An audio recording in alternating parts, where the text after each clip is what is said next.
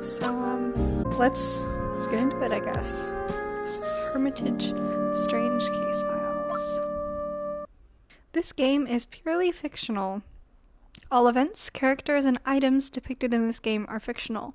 Any similarity to any person or actual event, any similarity to any person or actual event is coincidental and unintended. Wow, starting off strong with some high strain. Goodness. Okay. She keeps her eyes closed. She can't forget what happened because something still lingers in the air. Anger? Maybe. No, it's not just anger. Maybe it's regret. A jumble of thoughts sweeps through her mind and the icy air is burning her cheeks. Flying is more difficult than she thought. Looks like her soul didn't sprout wings after all. Somehow, it's like she's still here. She feels relieved at the thought. And thus, the game begins. That was a loud thud. The world goes on and the clock is ticking steadily. The world doesn't owe anything to anyone, so it won't listen to anyone's requests. Even praying won't turn bad things into good things all of a sudden. Therefore, those who expect a lot from the world should overthink their attitude. Oof.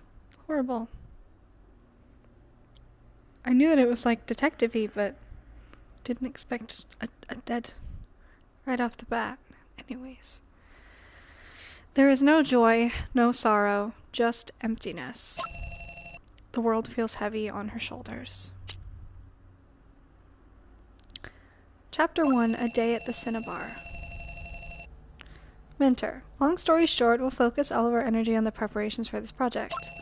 Although it will take place next semester, every day we slack off now means that the other art clubs have one more day to catch up to us. Keep in mind, our elite art club has a reputation to uphold. It is essential that we are victorious in the future. I know it's unusual for me to push you guys so hard, and I realize some of you might be uncomfortable with that. Think it over carefully for your own good. I don't want any more incidents this year. That's all. Any questions? Oh, we can move. Sort of. Not much. We can do a bit of a move. Cool. Okay. What about the materials? If we're going to do oil paintings, the paint will be very expensive.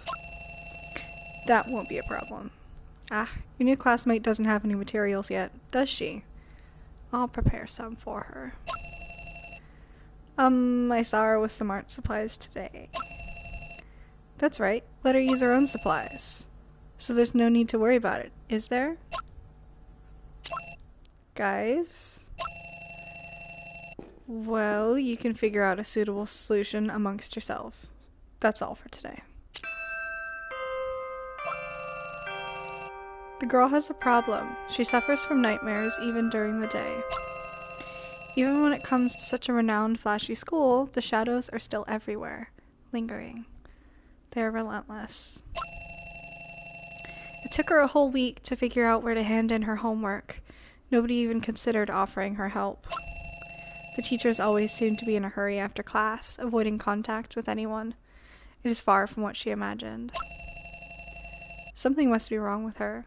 At least, that's what she always tells herself. That's why she came here in the first place. Her family moves around a lot, and she could never depend on her friends. The only thing she can depend on is her hobby. She doesn't like to talk, and as long as she doesn't have to, everything's fine. At least this school has an art club. She doesn't need words to go about her hobbies. Presumably, she won't need words to make friends. That's what she thought. However, her expectations weren't met. Still working on that piece? Just give up already. Rude. The girl's smile is mean, a prideful grimace to draw attention and to show off to everyone around her. The painting is a little different from what she was imagining, but she's dealing with the past, bit by bit after all. The paint is still wet, but once it's dry, she'll pay more attention to the details. Come on, just leave it. You can't participate in the next event because you haven't done your part. Understand? It doesn't really matter anyway. The work should be more precise. You should have left room for another line there. Oh, leave her alone. She's gonna fall flat on her face anyway, thinking she can play in the big leagues. Those mean words cut deep like a knife, and sadly, it's a daily occurrence. I wish she'd be more self-aware and know where her place is. It's so annoying to have a newbie around. Come on, just let her sit here and rot, just like a mushroom, haha.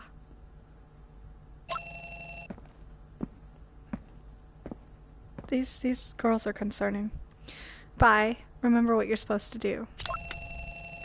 They switch off the lights as they leave, forgetting the fact that there's still someone in the room.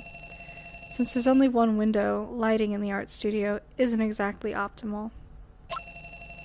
She doesn't feel like doing anything about it right now. Obviously, the fact that they forgot she was in the room wasn't an accident. Gradually, everyone leaves the building and everything goes silent. Maybe mushrooms grow in silence, in isolation. She'd prefer to be a mushroom right now. At least people aren't outright cruel to a mushroom. At most, they would casually crush it with one foot. That outcome doesn't seem so bad. What an odd thought to cross her mind. In novels, students are confronted with events like this over and over again. The readers might laugh at the repetitiveness of the author's writing. However, not many people would continue laughing when events like that turn into a cruel reality for themselves. Only once did she manage to muster up the courage to speak out against the people ganging up on her, but it made no difference. She put up a wall around herself for her own protection, her very own glass prison, protecting her from the cruel outside world. The whole world is against her. At least, that's how she feels. In a novel, there would be two potential scenarios for her: coming out of her shell and breaking the silence, or slowly but surely drowning in it. And she obviously doesn't have the right kind of personality for the former. The broom and the dustpan are gone. She isn't surprised at the prank, just quietly closes the cabinet. The classroom is more cluttered than ever, and the crumpled up paper everywhere seems to be the trap that has been laid out for her today. She slowly picks up a piece of paper. Eventually, they'll run out of ideas. Even if this young girl tries to deal with her emotions, the malice of the past doesn't look like it will disappear in the future. Even if she struggles to deal with her grief, the pain is relentless, taking up 24 hours of every day. Even so, she doesn't give up. These guys are really... Should I turn on the lights? The shadows disappear and the room glows warm again. I figured you'd still be here. Let's go back together. The world goes on and the clock keeps ticking. The world doesn't owe anything to anyone, so it won't listen to anyone's requests. Even praying won't turn bad things into good things all of a sudden. Therefore, those who expect a lot from the world should overthink their attitude. Maybe that's why the moth is drawn to the flame.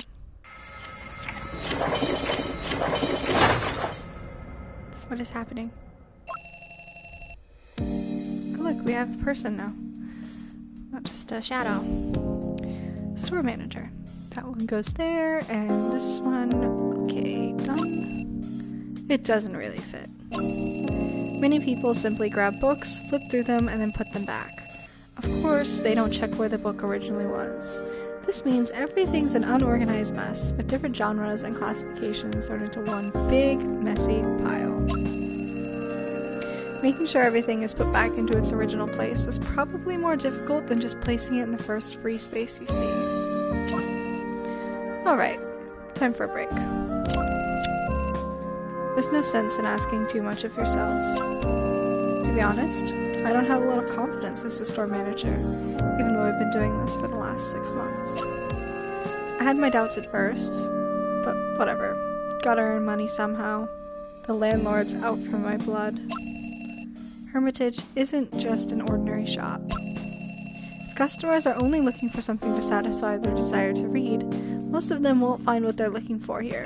The literature here, from the folklore of Japanese scholars in China to propaganda transcripts of new religious groups in Southeast Asia, has piled up into such a vast ocean of books that even the owner has lost his overview.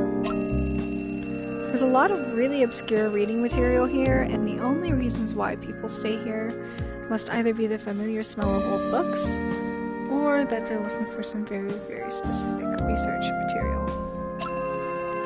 There's always an interesting conversation to be had, though. But it doesn't seem like there are any new customers around today. After all, the storefront doesn't look that welcoming to strangers. Doesn't sound like a very successful shop, does it? The few regulars who come in are either very quiet or have chatted way too much over the past few weeks, to the point where they don't have anything interesting left to say. Skinny customer. It's an interesting descriptor. The girl's hand rests on the edge of a bookshelf, silently moving her lips while browsing through the books. Over the last few months, she has become a regular visitor. I like her. Quietness isn't a bad thing in itself. She has always been polite and not at all annoying. What's more, she once bought Voyagers of the Western Pacific in the shop, which instantly earned her some bonus points. I should try talking to her more often. I'm sure there's some good conversations to be had. I just need to finish my chores. Customer seems to have something to say. I see, so we have all these different things that we can do. So he said there's no interesting books, so that's kind of out. Let's look at thoughts. I think many of my brain cells are killed by the smoke. That young girl seems to have something on her mind today. I'll try talking to her. Come to think of it, she's been dropping by much more often recently, but she rarely speaks. Maybe it's the atmosphere, or she's just the quiet type. It's hard to guess. In any case, it's my duty as store manager to take care of my customers. Okay, let's talk. Only now do I notice how young she must be. She's in a high school uniform, or a middle school uniform, some kind of uniform for school. Okay, her uniform, consisting of a sailor suit and a long skirt, is quite well known in the city. If I remember correctly, this uniform is worn at a well-known private school. I'm pretty sure it's high school. Okay, yeah. It's called Phoenix High School. I've heard they only accept female students and that it's one of the highest rated schools. Quite a feat. Its name sounds appropriately strong. She wears big glasses that cover a huge part of her face and is clutching a book under her one arm. She holds it very carefully. It almost looks like she's carrying a small animal that she's trying not to hurt. That's the one you want to buy today? Sorry, just making sure. This time it's the Trail of the Missing Fish. Her reading interests are a little weird. She's been coming in here more often lately and has slowly become a regular. This store isn't really that well known, so she must have heard about it somewhere. I've flipped through the Trail of the Missing Fish before. The book is by no means interesting to read. It's more like an academic documentary. Something about ancient rituals and making sacrifices to a sea god. Here we go, here's our Lovecraftian. I have my doubts about its authenticity. The village itself has been abandoned for a long time, and its remains were almost entirely destroyed. The author cites a large number of folklore accounts to corroborate the details, but it's all mere speculation. An entire book full of ancient texts. While the content sure is interesting, the quality of the writing itself was lackluster. Lovecraft much? Why would a student be interested in the remains of a settlement whose name has long been forgotten? Sure, the shop sometimes gets a volume containing a rare piece of history that's significant, but this mysterious village, according to the author's nebulous sources, was a place where strange rituals were a common thing. It's actually quite scary to read. And that's not even the most troublesome thing. It's not that simple, I'm afraid. Huh? I can sense her confusion. May I ask why you want this book?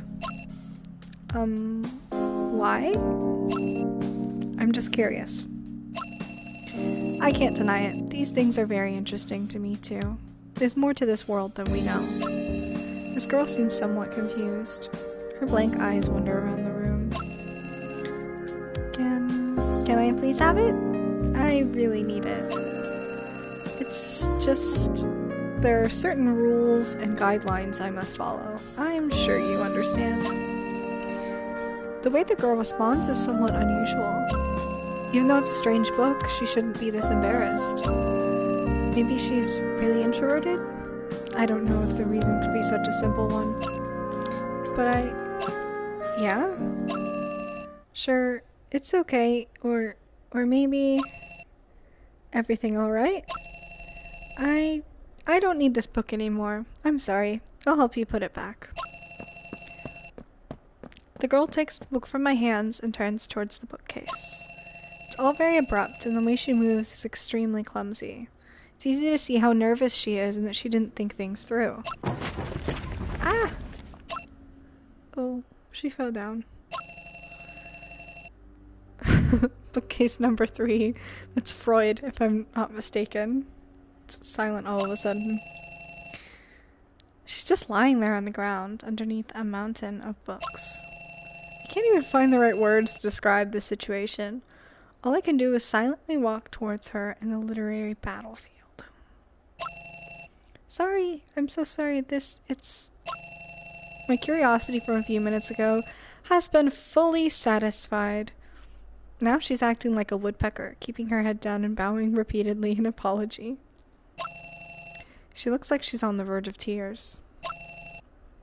Come on, help me clean up. We need to get some sense of order back. If the actual owner saw this, I'd be kicked out in an instant. Of course. Really, I'm so sorry. The girl follows me and helps me pick up the books scattered all over the floor. Every time she picks up a book, she opens it and rifles through the pages carefully. After making sure the pages aren't damaged, she carefully blows away the dust before handing the books back to me. Her hands are trembling, and she's obviously scared and nervous. Doing this in silence is only going to make the atmosphere even more awkward. Time to find something to talk about to lighten things up a little. So, your name is Cecile, right? Look, your student ID card. You must have dropped it when you fell. Ah, when did that happen? Relax, you're a regular here. I'm not angry because of a small accident, alright? Don't worry about it, really. Let's get back to topic. The book you want is a good one, sure. It's also very rare and valuable. I can't see why someone of your age would need it so badly. I just can't sell such a precious book to someone so young, someone who still shows a lack of control. You know what I mean? The emphasis being on can't sell. If you can convince me, I might consider lending it to you. I'll lend it to you and you'll bring it back once you've finished it. But don't go telling people about it. I don't usually make exceptions. I don't want to have to lie to people and pass it off as a mistake, should anyone find out I made an exception. This copy of The Trail of Missing Fish is a folktale, and given that even this issue is at least 20 years old, I doubt the author was ever officially published during his time. As mentioned before, the book's content and writing style are rather obscure. It takes a lot of time to fully grasp its meaning. You might be disappointed if you expect to find an exact piece of information that you're looking for, but online search engines have come a long way. Our ability to search for information and find it quickly has long exceeded everything we used to think was possible. Cecile could be looking for something very specific. Something so peculiar that it may only be found in this particular book. Such a young girl, suddenly developing an interest in ancient religious practices for no apparent reason. What a strange world we live in. Cecile hesitates for a moment, maybe because she still feels guilty. Sir, would you believe me if I told you something? That really depends on what you're gonna say. Just know that you don't have to tell me anything you don't want to. But if there's anything you need to get off your chest, I'm happy to listen. I can fully understand why you wouldn't want to talk to your classmates. And some things need to be talked about, or they'll eat you up from inside. Bullseye. Her pale fingers clench the book tightly. Recently, I've been having some very strange dreams. Oh? Most of them are horrifying, so I'm really scared. I dreamed of a gigantic fire rising from the sea. Scary? Engulfing an entire island. Many small animals lived on that island, but they all disappeared in the blink of an eye. Swallowed by the flames. There was no trace of them after that.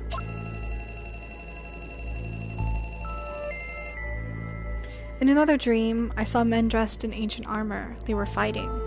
They held swords and spears and stood together in huge groups. A large squadron of cavalry rushed towards them from the hillside. There was blood everywhere. The men who weren't on horseback were shouting and screaming. I couldn't understand the strange dialect, but they were speaking Chinese. I also dreamed of a huge plaza surrounded by buildings. Foreigners wearing hexagonal star badges stood together in a dozen lines and were escorted to trucks by soldiers.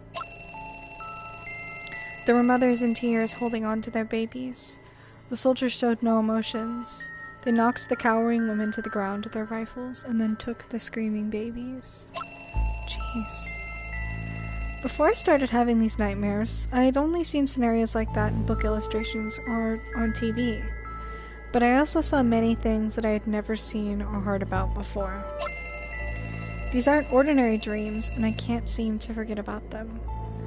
I remember them all vividly. I'm sorry, I'm not very good at describing how I feel. Did it all seem way too real? Cecile nods. They don't seem like normal dreams. Why would I have visions of such things when I don't even have that good of an imagination? I try to write it all down. If there are realistic details that I couldn't actually know about, that would be all the proof I need. I see. So this time you had a dream about traditional native festivals. You wrote down what they were doing in your dream, and now you're looking for information that might give you some clues. To be honest, old literature as specific as this is both as hard to find and hard to understand. Even harder without having some prior knowledge about it. There were a group of natives dressed in rags, dancing around an 8-legged fish made of straw. 8-legged fish? Octopus? A, sea god? They spilled yellow wine on the straw heap and smeared blood on a child's lips. They were chanting a strange song that I didn't understand. I had no idea what they were singing at first because I'm not very familiar with the Cantonese dialect. But things came much clearer when I found out about the book. Cecile concludes her train of thought with a slight sigh. Nearly all of the customers who come to Hermitage to buy books have a story. But to be honest, this situation is a little more complicated. The human brain has many different ways of painting pictures in our minds, dreaming being the most common one. However, for most dreams, there's a logical explanation. Once we drift into supernatural territory, that's when people get scared. But that's not the most pressing issue right now. I can't help but look back at her. Cecile is afraid of making eye contact, but she manages to raise her head to convey how sincere she is with her eyes. Jeez, that scared me. She isn't being completely sincere, though. A half-truth is still a lie. I don't know if she realizes that. I'm not angry. I can't blame her. In the face of uncertainty, she doesn't know who to trust and is extremely confused.